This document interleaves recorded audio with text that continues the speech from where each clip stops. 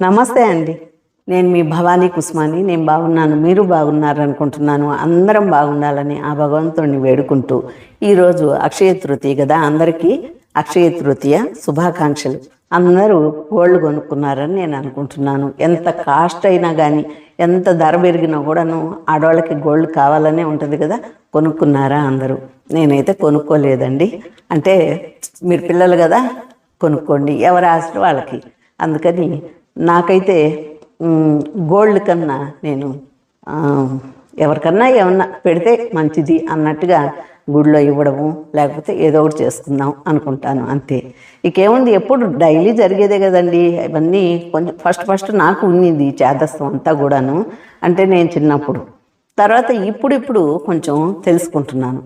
ఇప్పుడు అందుగలడు ఇందు లేడను సందేహము వలదు, చక్రి ఎందెందు వెతికినా అందందే కలడు అని ఒక పద్యం ఉంది. మీకు తెలుసో లేదు, భక్త ప్రహ్లాదులో మూవీలో ఉంది. నిజంగా కూడా పద్యాలు ఉన్నాయి అవి. ఎందుకంటే హిరణ్యకశ్యపుడు కొడుకు ప్రహ్లాదుడు కదా, ఆయన అడుగుతాడు, నువ్వు నారాయణ నారాయణ అంటున్నావే, ఎక్కడున్నాడు అని అంటే అప్పుడు ఆయన ఈ పద్యం పాడాడు అనమాట. అంటే ఆయన సర్వాంతర్యామి, ఎక్కడైనా ఉంటాడు భగవంతుడు అంటే తెలుసుకునేటప్పటికి 50 ఏళ్ళు వచ్చాయి కదా. అందుకని ఆ లోపల మన కష్టాలే మనకి ఇవి చేస్తే మంచిదేమో, ఇది చేస్తే మంచిదేమో అని నేర్పిస్తూ ఉంటాయి. అట్లా దేవుళ్ళు, పూజలు ఇవన్నీ కూడాను మనకి పుట్టుకతోనే ఏది రాదండి.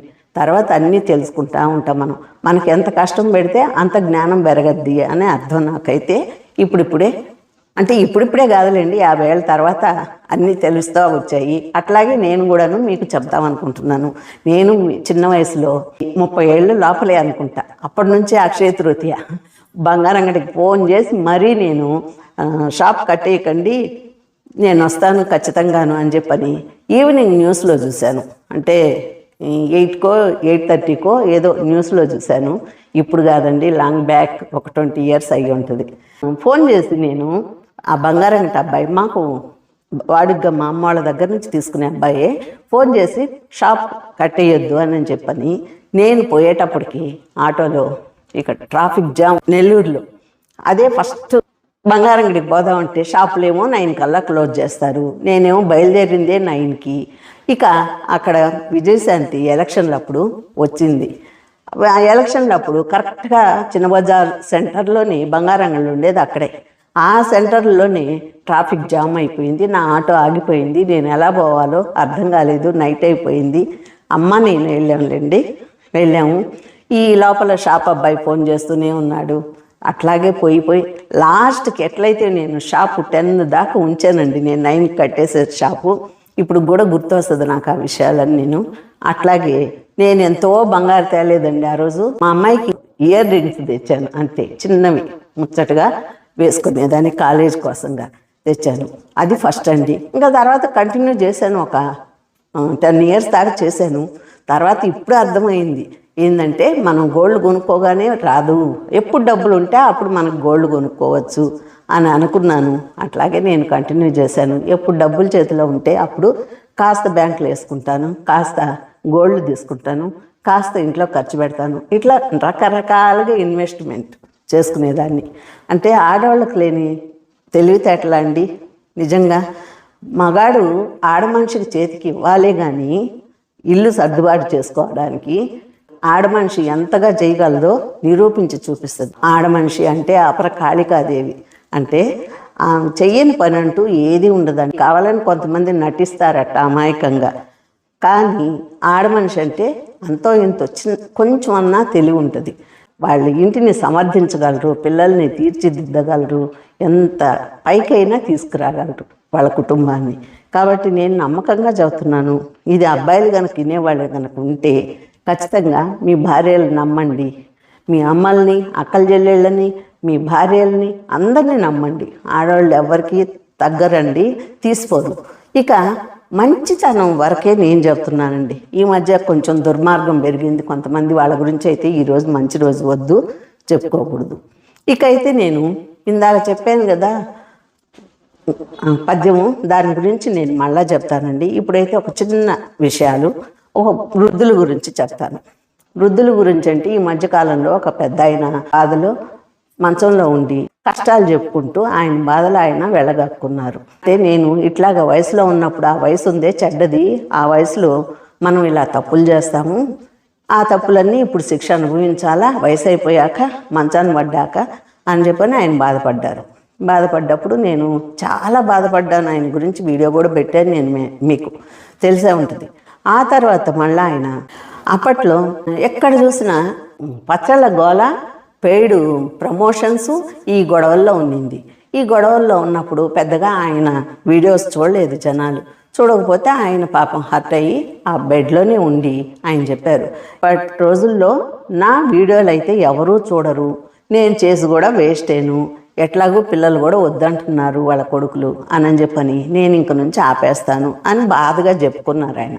చెప్పుకున్నప్పుడు ఎవరో వాళ్ళ స్టూడెంట్ ఎవరో చూశారు, ఆయన దగ్గర చదువుకున్న స్టూడెంట్, మాస్టారు మీరేం బాధపడబాకండి, మేము నా బ్యాచ్ వాళ్ళందరికీ నేను పంపిస్తున్నాను లింక్, మీరు చేసుకోండి అన్నారు. సరే, ఎంతవరకు చేస్తారండి ఎవరైనా కూడాను, కంటెంట్ కోసమే కదా, కంటెంట్ వినాలనే చేస్తారు. ఆయన కూడా ఆయన ప్రయత్నం చేశారు.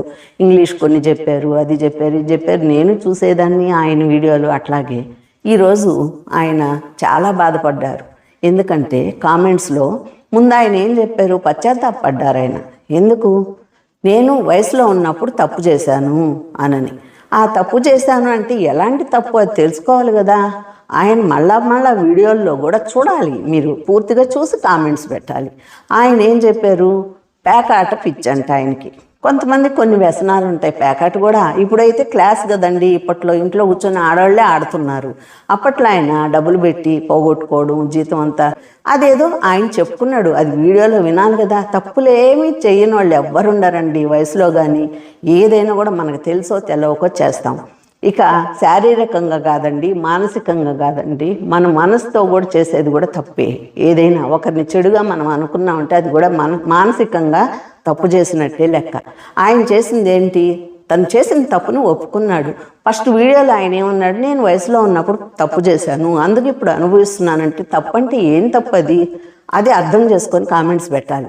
ఇక ఆయన్ని వయసు, ఎంత వయసు ఆయనకి 80 ఏళ్ళు ఉంటాయేమో ఇంచుమించుగా. ఆయనకి ఒకటే కామెంట్స్ పెట్టి, వయసులో ఉన్నప్పుడు ఆడావు, ఇప్పుడు అనుభవిస్తున్నావు, అట్లా ఇట్లానని ఆయన కామెంట్స్ పెడుతుంటే పొద్దున నేను వీడియోలో చూశాను. ఈరోజు ఈ వీడియో చేసే ముందే చూశాను. నేను దాని గురించి చెప్పాలనుకుంటున్నాను. మీకు ఇష్టం లేకపోతే వదిలేసేయండి, ఆ వీడియోని చూడొద్దు. పెద్దవాళ్ళని మీరు బాధ పెట్టకూడదు. బాధ పెట్టినందువల్ల వాళ్ళ కన్నీటి చుక్క, వాళ్ళ మనసులోని బాధ మీకు శాపాలు అవుతాయని నేను ఎన్నోసార్లు చెప్పుకుంటాను. దానికి నేను ఒక చిన్న కథ చెప్తాను. దానికి ఆ కథ ఓపుకుంటే వినండి మీరు. ఎందుకంటే నేను వీడియో పెద్దదే అనుకుంటారేమో, ఏదైనా కారణం లేకుండా, దాంట్లో ఒక మోరల్ లేకుండా చెప్పను నేను. ఏదైనా ఒక నీతి ఉంటుంది దాంట్లో. ఇప్పుడైతే ఆ కథ ఏంటంటే, ఒక పెద్ద ఆయన వృద్ధుడు ఉన్నాడు, 70-80 ఇయర్స్, ఆయన 70-80 ఏళ్ళు ఆయన ఉన్నాడు. కోడలు కొడుకు ఉన్నారు. ఆ కొడుకు కూడా ఒక చిన్న కొడుకు ఉన్నాడు. అంటే ఆ ముసలాయనకి ఒక మనవడు కూడా ఉన్నాడు. ఉంటే ఈ పెద్ద ఆయన బాత్రూమ్కి పోవాలన్నా, ఎక్కడికి పోవాలన్నా నడవలేక ఆ గోడలు పట్టుకుంటూ ఇట్లా పట్టుకొని సపోర్ట్గా పోతూ ఉంటాడు. ఇట్లా పట్టుకొని పోతూ ఉంటే ఆ చేతి మరకలు అవుతున్నప్పుడల్లా వాళ్ళ భార్య వాళ్ళ భర్తతో గొడవ పెట్టుకుంటుంది. అంటే ఆ పెద్ద ఆయన కొడుకుతోటి గొడవ పెట్టుకుంటూ, మీ నాన్న నడిచేటప్పుడల్లా గోడలు పట్టుకుంటారు, ఆ చేతి మరకలంతా గోడలకు అవుతున్నాయి, గోడలు పాడైపోతున్నాయి అని చెప్పని గొడవ పెట్టుకునేది. ఈయన ఎన్నోసార్లు వినంగా ఒక్కొక్కసారి నాన్నగదా అని గమ్ముగుండేవాడు. ఒకరోజు ఆయన తలకి ఆయిల్ బాగా అంటుకుని ఆరోగ్యం కోసంగా కొంచెం తల స్నానం చేద్దాము, ఏం బాగాలేదనుకొని తలకి ఆయిల్ అంటుకొని ఆ ఆయిల్ చేత్తోనే ఆయన గోడ పట్టుకొని బాత్రూమ్కి పోయాడు. పోయినప్పుడు ఆయిల్ మార్కలంతా గోడలకు అయినప్పుడు వాళ్ళ భార్య ఇంకా గోల్ చేసేసింది. గోల్ చేసి, మీ నాన్న చూడు ఇట్లా చేశారు, ఈ ఆయిల్ మీ నాన్నని అసలు ఇంట్లోంచి పంపించేయాలి, అట్లా ఇట్లా అని గొడవ పెట్టేసేసరికి ఇక ఈయన ఈ భార్య పడలేరు కదా. మగాళ్ళు డిపెండ్ అయ్యేదే భార్య మీద. ఎందుకంటే ఎంత వార్లైనా కాంతదాసులే అనని ఢిల్లీకి రాజైనా కూడా వాళ్ళ భార్యకి బానిసే ఆయన. అట్లాగా భార్య మాట వినకపోతే ఇంక వాళ్ళకు బతికే లేదు కదా. ఆయన ఏం చేశాడు, వాళ్ళ నాన్నని తిట్టాడు. తిట్టి, నాన్న నువ్వు గోడలు పట్టుకొని నడవబాక, నేరుగా వెళ్ళు బాత్రూమ్కి అని అరిచాడు. కసురుకునేసరికి వాళ్ళ నాన్న కళ్ళల్లో నీళ్ళు వచ్చాయి. అంటే కొడుకు చేత అనిపించుకుంటున్నాం, ఒకప్పుడు ఏలు పట్టుకొని నడిపించిన తండ్రి ఈరోజు కొడుకు దగ్గర అనిపించుకుంటున్నాను అన్న బాధతోటి ఆయన కళ్ళల్లో నీళ్లు పెట్టుకుంటే ఆ నీళ్ళని ఆయన చూసి ఒక్కసారిగా సిగ్గుపడతాడు ఆ కొడుకు. ఎందుకంటే మా నాన్న నేను ఇట్లాగా అన్నానే ఈ వయసులో అని చెప్పని బాధపడ్డాడు. ఆ తర్వాత ఆయన చాలా రోజులు కుమిలిపోతున్నాడు ఇట్లాగా అన్నాను అని. అప్పటి నుంచి ఆ పెద్ద ఆయన గోడలు పట్టుకోకుండా చిన్నగా నడుచుకుంటూనే బాత్రూమ్ పోతున్నాడు. కొన్నాళ్ళకి అతను జారి పడిపోయి చనిపోయాడు. చనిపోయాక వాళ్ళ కొడుక్కి ఎంతగానో మానసిక వేదన. ఎందుకంటే నేను మా నాన్న ఆ మాట చెప్పాను కదా, గోడ పట్టుకొని నడవద్దు అని. అందుకే కదా ఆయన గోడలు పట్టుకొని నడవకుండా ఆయనకై ఆయనే నడిచి పడిపోయాడు. అందువల్ల ఆయన చనిపోయాడు, నా వల్లే చనిపోయాడు అనే ఒక మనసులో బాధ ఏర్పడిపోయింది అతనికి. బాధ ఏర్పడిపోయి కుమిలిపోతా ఉన్నాడు. ఇదంతా వాళ్ళ కొడుకు చూస్తున్నాడు. అంటే వాళ్ళ తాత చనిపోవడము, గొడవలు పడ్డం, ఇదంతా చూస్తున్నాడు కొడుకు, ఆ చిన్నోడు. వాళ్ళ నాన్న బాధపడడం, పశ్చాత్తాపంతో కుంగిపోవడం అంతా చూశాడు. ఆ తర్వాత ఇంటికి పెయింట్లు వేయాలని చెప్పని పెయింట్లు వేయబోతే, ఆ చేతి ముద్రలు ఉండే దగ్గర పెయింట్ వేయబోతే వాళ్ళ మనవడు ఒప్పుకోలేదు. అంటే ఆయన కొడుకు. ఆ పిల్లాడు ఒప్పుకోకపోతే నేను అవంతా ఫోటోలు తీసేసి ఫ్రేమ్ కట్టిస్తారా తాతయ్య గుర్తుకి ఉంచుకుందులే అని చెప్పి వాళ్ళ నాన్న అన్నాడు. అన్నాక సరే అని ఒప్పుకున్నాడు ఆ పిల్లాడు. ఆ ఒప్పుకున్న తర్వాత అంటే వాళ్ళ తాత మీద అంతగా ప్రేమ పెంచుకున్నాడు ఆ పిల్లాడు. ఇక తర్వాత తండ్రి పశ్చాత్తాపము చూశాడు. ఆ ఫోటోలన్నీ ఫ్రేమ్ కట్టించాడు. కొంతకాలానికి వాళ్ళ నాన్న వృద్ధుడైపోయి ఆయన కూడా వాళ్ళ నాన్నలాగే నడవాల్సి వస్తుంది. గోడ పట్టుకోకుండా నడుస్తుంటే వాళ్ళ నాన్న వాళ్ళ కొడుకు అంటాడు, నాన్న ఏం పర్వాలేదు, నువ్వు గోడ పట్టుకునే నడువు అని చెప్పంటే వాళ్ళ మనవరాలు వచ్చి, అంటే ఆ కొడుకు బిడ్డ వచ్చి, తాతయ్య నా భుజం మీద చెయ్యి, నేను తీసుకుపోతాను నిన్ను బాత్రూమ్ దగ్గరికి అని చెప్పి ఆ చిన్న పాప వచ్చి తీసుకుపోయింది. ఇదంతా ఎందుకంటారు, అంతా ఎందుకు చెప్పానంటే నేను ఇక్కడ వాళ్ళ నాన్న భార్య పోడు పడలేక వాళ్ళ నాన్నని తిట్టాడు ఆ కొడుకు. వాళ్ళ నాన్న తిట్టినందువల్ల అతను గోడ పట్టుకోకుండా నడిచాడు. గోడ పట్టుకోనందువల్ల పడిపోయి చనిపోయాడు. ఆయన చనిపోయినప్పుడు పడిన ఒక పశ్చాత్తాపం, వాళ్ళ నాన్నని తిట్టినప్పుడు పశ్చాత్తాపం, ఇవన్నీ పసిబిడ్డ చూశాడు. ఈ పసిబిడ్డ చూసి మనసులోనే అనుకున్నాడు, నేను ఎప్పుడు ఇలాంటి తప్పులు చేయకూడదు అనుకున్నాడు. అట్లాగే పెద్దయ్యాక వాళ్ళ నాన్నని తిట్టలేదు, తన బిడ్డను కూడా తీర్చిదిద్దుకున్నాడు. అట్లాగే ఇట్లాగా ఆవేశపడకూడదు అని చెప్పని. ఈ విషయం నేను ఎందుకు చెప్పానంటే, మనం చేసే ఒక చెడు పనిలో కూడాను మంచిని ఎత్తుకునే బిడ్డలు కొందరు ఉంటారు, చెడు మార్గంలోనే పోయేవాళ్ళు కూడా కొందరు ఉంటారు.